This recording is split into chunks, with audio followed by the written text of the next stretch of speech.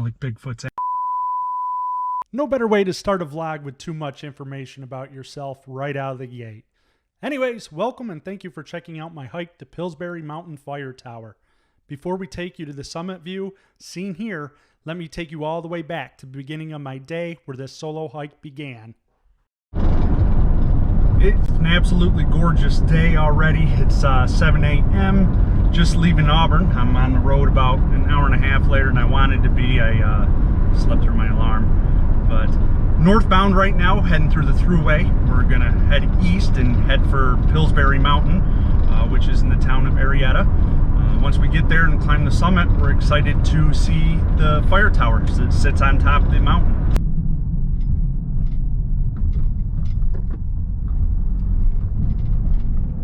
In half a mile, keep right at the fork to continue toward New York 365 East.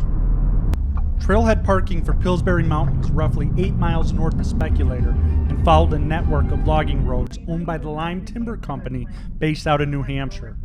Depending on what direction you come into the trailhead, some of the roads may be seasonal and shut down certain times of the year. Just something you may want to consider before planning your trip. After driving on nearly 8 miles of well-maintained logging road, I reached parking, not where I originally planned on, which I will explain next. We are here. Took about 3 hours. Came up a dirt road, came to a spot where it was a secondary trailhead, proceeded up the road to go to the main trailhead, which I thought was the main trailhead, but the road is closed. So we are going to be parked here at the secondary trailhead. Not a big deal. It just adds an extra 1.5 miles to the summit. We only got, as a crow flies, 2 miles to the summit of Pillsbury. Unfortunately, that's an Adirondack 2 miles. Instead of going this way, Adirondack miles go this way. But we're going to get out here and start making our way up the trail. As mentioned, this spot you see here is not at the trailhead. It is 1.5 miles from the trailhead. So we'll add 3 miles total to your hike. Just be prepared. This right here is the actual road we would have taken to the trailhead. But for now, it is the spot where the road closure begins.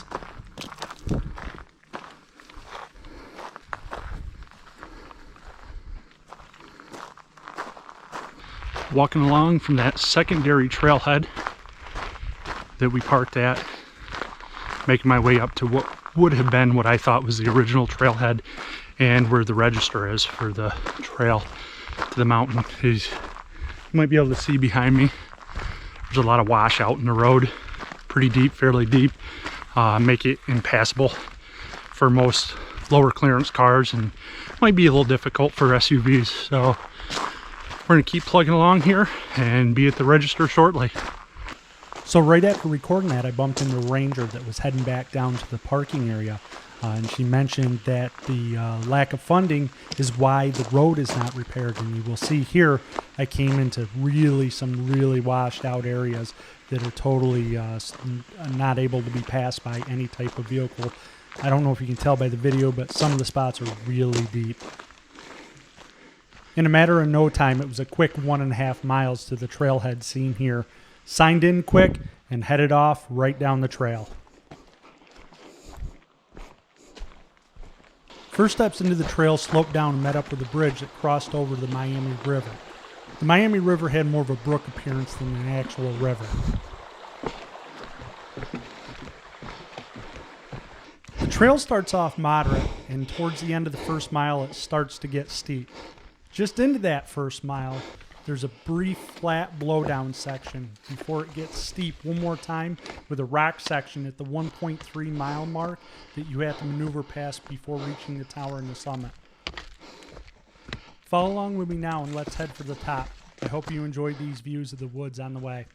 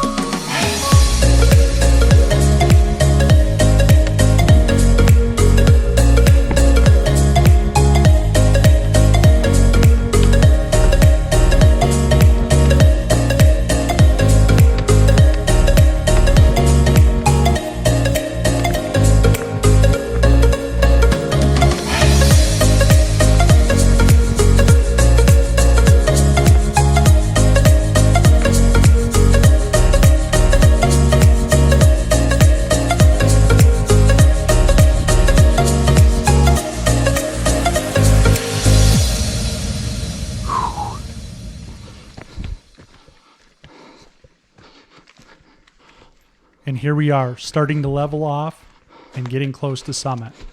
Once getting past the last steep rocky push, the flat walk in the blowdown area was a welcome sight.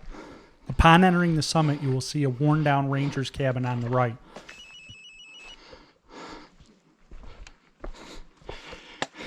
Once you peek around this cabin, the Pillsbury Mountain Fire Tower is straight ahead. Hey.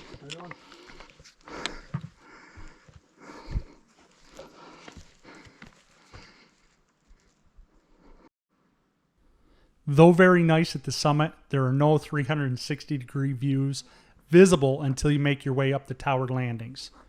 Now, if you take anything away from this video, please be very careful.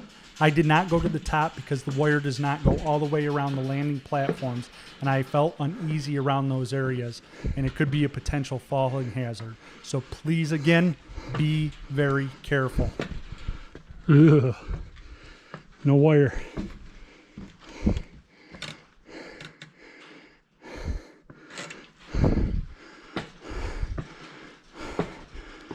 I got up to about the fourth landing before that 360-degree view became present. To north, I could see Snowy Mountain, Cedar River, and Indian Lake to the east. West Canada Lakes can be seen to the west side of the tower. And finally, looking south, Pleasant and Scanadaga Lake can be seen. But always, I thank you for following along. Feel free to like this video and subscribe to the channel for more future hiking content. But for now, here's a recap to take you on out.